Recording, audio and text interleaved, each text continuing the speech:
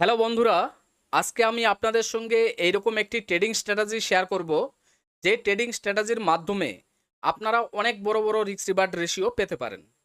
আপনারা অনেকেই হয়তো শুনেছেন লিকুইডিটি ট্রেডিং, বা আপনারা অনেকেই হয়তো লিকুইডিটি কথার মানেটাই জানেন না। লিকুইডিটি কথার মানেটা আমরা যদি এক কথায় এবং একদম সহজভাবে বুঝতে চাই, সেটা হচ্ছে স্টপ লস। লিকুইডিটি এর মানে হচ্ছে স্টপ লস। লিকুইডিটিটা হচ্ছে আমাদের এইরকম একটি পয়েন্ট যেখানে ম্যাক্সিমাম ট্রেডারের স্টপ লস থাকে। লিকুইডিটি ট্রেডিং করতে গেলে সবার প্রথমে আমাদের বুঝতে হবে মার্কেটে ম্যাক্সিমাম স্টপ লস কোথায় কোথায় আছে। এবার বিষয়টা হচ্ছে, আমরা কি করে বুঝবো যে মার্কেটের ম্যাক্সিমাম স্টপ লসগুলো কোথায় কোথায় আছে। তো সমস্যা নেই, আমি আপনাদেরকে বলে দিব, ঠিক আছে। তো এই ট্রেডিং মার্কেটে ম্যাক্সিমাম ট্রেডাররাই কিন্তু সাপোর্ট রেজিস্ট্যান্স ব্যবহার করে। তারা কি করে, চার্টের মধ্যে সাপোর্ট রেজিস্ট্যান্স ড্রয়িং করে, এবং ড্রয়িং করার পর তারা কি করে, যে মার্কেট যদি সাপোর্ট জোনে আসে এবং সেখান থেকে যদি একটা বাইংয়ের অপরচুনিটি পায়, তো সেখানে বাই এন্ট্রি নিয়ে নেয় এবং স্টপ লস কোথায় রাখে, ঠিক এই সাপোর্ট জোনের নিচে। তো সেরকম আবার রেজিস্ট্যান্স জোন থেকে যদি সেলিংয়ের অপরচুনিটি পায়, সেখানে সেল এন্ট্রি নিয়ে নেয় এবং স্টপ লস কোথায় রাখে, রেজিস্ট্যান্স জোনের উপরে। তো এইভাবেই কিন্তু স্টপ লসগুলো কিন্তু রাখে, ঠিক আছে। তো এবার মার্কেটের কাজ হচ্ছে কি, এই স্টপ লসগুলোকে নেওয়া। সিম্পল জিনিস, ঠিক আছে। মার্কেটের কাজ হচ্ছে এই স্টপ লস নেওয়া। এবার স্টপ লস মানে কি, লিকুইডিটি। তো লিকুইডিটি মানেই হচ্ছে স্টপ লস। তো এবার বিষয়টা হচ্ছে, মার্কেটের কাজ যেহেতু এই লিকুইডিটি নেওয়া বা স্টপ লস নেওয়া, তো মার্কেট যখনই লিকুইডিটি বা স্টপ লস নিয়ে নেয়, সেখান থেকেই কিন্তু ভালো একটা ট্রেডিংয়ের অপরচুনিটি আসে।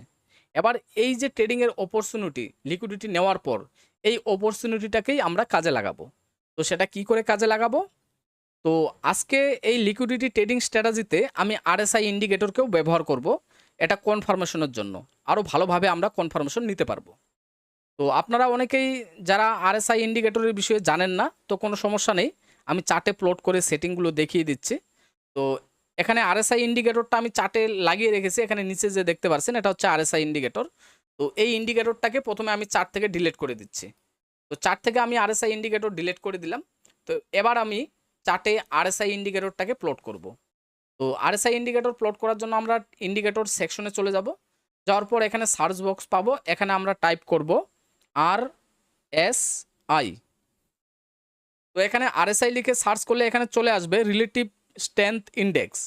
তো এই ইন্ডিকেটরটাকে চার্টে আপনারা প্লট করে নেবেন। তো ইন্ডিকেটরটা ডিফল্ট অবস্থায় এইরকম দেখাবে।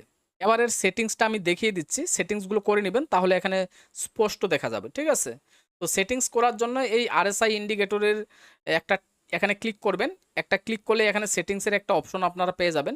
এই সেটিংস অপশনে যাবেন, যাওয়ার পর আপনারা স্টাইলে যাবেন।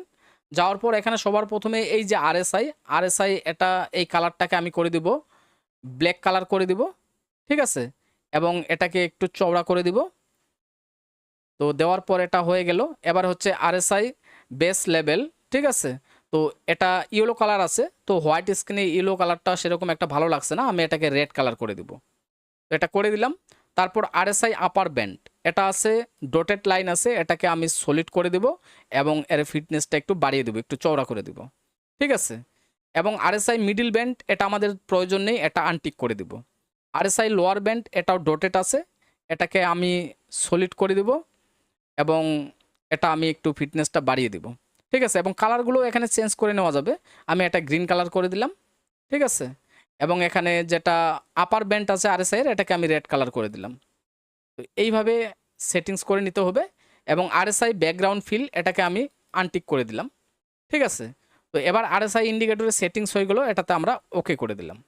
তো আরএসআই ইন্ডিকেটরের সেটিংস আমাদের কমপ্লিট, ঠিক আছে। তো এইভাবে আপনারা আরএসআই ইন্ডিকেটরটাকে সেটিংস করে নিতে পারেন। তো এবার হচ্ছে আমরা কি করে ব্যবহার করব আজকের এই ট্রেডিং স্ট্র্যাটেজিটি। এবার দেখেন, এখানে আমাদের সাপোর্ট জোন ছিল, স্টপ লস ছিল এখানটায়। এবার আমরা দেখব এই স্টপ লস কখন নেয়। তো মার্কেট এখানে কি করেছে, এই সাপোর্ট জোনকে ব্রেকডাউন করে দিয়েছে। এবার ব্রেকডাউন কেন করেছে, তার লজিক হলো এখানে স্টপ লস ছিল, এই স্টপ লসটা নিতে হবে মার্কেটকে। এই কারণেই কিন্তু এই সাপোর্ট জোনকে ব্রেকডাউন করেছে। তো দেখবেন অনেকেই বলে যে সাপোর্ট রেজিস্ট্যান্স ভালো কাজ করে না। আসলে সাপোর্ট রেজিস্ট্যান্স কাজ করে, কিন্তু সব সময় কাজ করে না। কারণ সব সময় কাজ এখানে করলে হবে না, লিকুইডিটি নিতে হবে, ঠিক আছে। এবার সবসময় যদি কাজ করে তাহলে তো মার্কেট লিকুইডিটি নিতে পারবে না, স্টপ লসই নিতে পারবে না। আর মার্কেটের কাজই হচ্ছে স্টপ লস নেওয়া, ঠিক আছে? তো এই কারণে সাপোর্ট রেজিস্ট্যান্স কিন্তু সবসময় কিন্তু প্রপারভাবে কাজ করে না। আবার এখানে এই সাপোর্ট রেজিস্ট্যান্সকে অনেকেই অনেকভাবে ব্যবহার করে। কিভাবে ব্যবহার করে? এখানে লিকুইডিটি যেরকম এখানে ছিল, আবার লিকুইডিটি মানেই হচ্ছে কিন্তু স্টপ লস। যে যেখানটায় স্টপ লস থাকবে সেখানেই মার্কেট লিকুইডিটি নিবে। আর মার্কেটের কাজ হচ্ছে স্টপ লস নেওয়া। আমি বুঝিয়ে দিচ্ছি, দেখেন। অনেকে সাপোর্ট রেজিস্ট্যান্ট দেখে কি করে রিভার্সাল ট্রেড করে, অনেকে আবার কি করে যে ব্রেকআউট বা ব্রেকডাউনে ট্রেড করে, ঠিক আছে? এবার আমি লজিকটা বুঝিয়ে দিই। এখানটায় দেখেন, প্রথমে এখানে সাপোর্ট জোন ছিল, মার্কেট এখানে আমাদের স্টপ লস ছিল মার্কেটে ম্যাক্সিমাম ট্রেডারে, যারা যারা এখান থেকে বায়ের অপরচুনিটি নিয়েছিল। এবার মার্কেট কি করেছে? এখানে ব্রেকডাউন করেছে। এবার ব্রেকডাউন করা মানে আমাদের এই যে লিকুইডিটি ছিল এখানটায়, এগুলো লিকুইডিটি নিয়ে নিল। এবার অনেক ট্রেডার কি করে? যে ব্রেকডাউন বা ব্রেকআউটে ট্রেড করে, ঠিক আছে? তো যারা ব্রেকডাউনে ট্রেড করে তারা কি করবে? এই যে রেড ক্যান্ডেলটা, এই রেড ক্যান্ডেলটা দেখে তারা এখানে দেখতে পারছে এই সাপোর্ট জোনকে ব্রেকডাউন করেছে। এই ব্রেকডাউন ক্যান্ডেলে এখানে এন্ট্রি দিবে এবং স্টপ লস কোথায় রাখবে? হয়তো আমাদের এই ক্যান্ডেলের উপরে বা এই ক্যান্ডেলের উপরে স্টপ লস রাখবে। তাহলে এখানেও কিন্তু আমাদের লিকুইডিটি থাকলো, ঠিক আছে? তো এই দিকে যে লিকুইডিটি ছিল সেটা তো নিয়েই নিল। এবার সেলিংয়ের দিকে যারা এখানে পজিশন করেছিল, মানে এখানে ব্রেকডাউন ট্রেড করেছিল, তো তারা স্টপ লস কোথায়? এখানে কোথাও উপরে কোথাও রাখবে। এবার মার্কেট কি করলো? এই সাইডেও লিকুইডিটি নিয়ে নিল এবং এই সাইডে যারা স্টপ লস রেখেছিল, মানে লিকুইডিটি ছিল, এই সাইডেও স্টপ লস এখানে নিয়ে নিল। নেওয়ার পর মার্কেট এখান থেকে কিন্তু উপরে চলে গেল। এইভাবে কিন্তু মার্কেট কিন্তু স্টপ লসগুলো নেয়, ঠিক আছে? এবার এই লিকুইডিটি ট্রেডিং করার জন্য আমরা কি করব? এখানে আরএসআই ব্যবহার করব। তো আরএসআই এর কি দেখব আমরা? ওভার বর্জন এবং ওভার সোলজন। তো নিচে যে গ্রিন কালারের লাইনটা আছে এটা হচ্ছে আমাদের ওভার সোলজন, ঠিক আছে? এবং উপরে যে রেড কালারের লাইনটা দেখতে পাচ্ছেন আরএসআই এর, এটা হচ্ছে আমাদের ওভার বর্জন। এবং মিডিলে ব্ল্যাক কালারের যে লাইনটা আঁকাবাঁকা করে যাচ্ছে এটা হচ্ছে আমাদের আরএসআই লাইন। এবং এখানে রেড কালারের যে লাইনটা আছে এটা হচ্ছে আমাদের মুভিং অ্যাভারেজ, ঠিক আছে? তো এবার হচ্ছে আমরা যখন দেখব যে আমাদের কোনো সাপোর্ট জোনকে মার্কেট ব্রেকডাউন করলো, এবার ব্রেকডাউন করার পর মানে এখানে আমাদের লিকুইডিটি যা ছিল, স্টপ লস যা ছিল নিয়ে নিল। এবার আমরা দেখব আরএসআই ওভার সোল্ড জোনে আছে কিনা। এবার আমরা যদি দেখি যে আরএসআই ওভার সোল্ড জোনে আছে, তাহলে আমরা এখানে ওয়েট করব। আমাদের এখানে রেড কালারের যে মুভিং অ্যাভারেজটা আছে, এই মুভিং অ্যাভারেজকে যখন এই আরএসআই ব্ল্যাক কালারের লাইনটা ক্রস করবে, ঠিক আছে, যেখানটায় ক্রস করবে, এবং সেখানে আমরা যদি কোনো রিভার্সাল ক্যান্ডেল স্টিক দেখতে পারি, ভালো রিভার্সাল ক্যান্ডেল স্টিক, তো সেখান থেকে আমরা কিন্তু এন্ট্রি নিব। যেরকম এখানটায় আমি একটু জুম করে যদি দেখাই আপনাদেরকে, এখানটায় এখানটায় দেখেন আমাদের এই যে গ্রিন ক্যান্ডেলটা, এটা কি একটা সুন্দর একটা রিভার্সাল ক্যান্ডেল ছিল, ইঙ্গেলফিং ক্যান্ডেল, ঠিক আছে?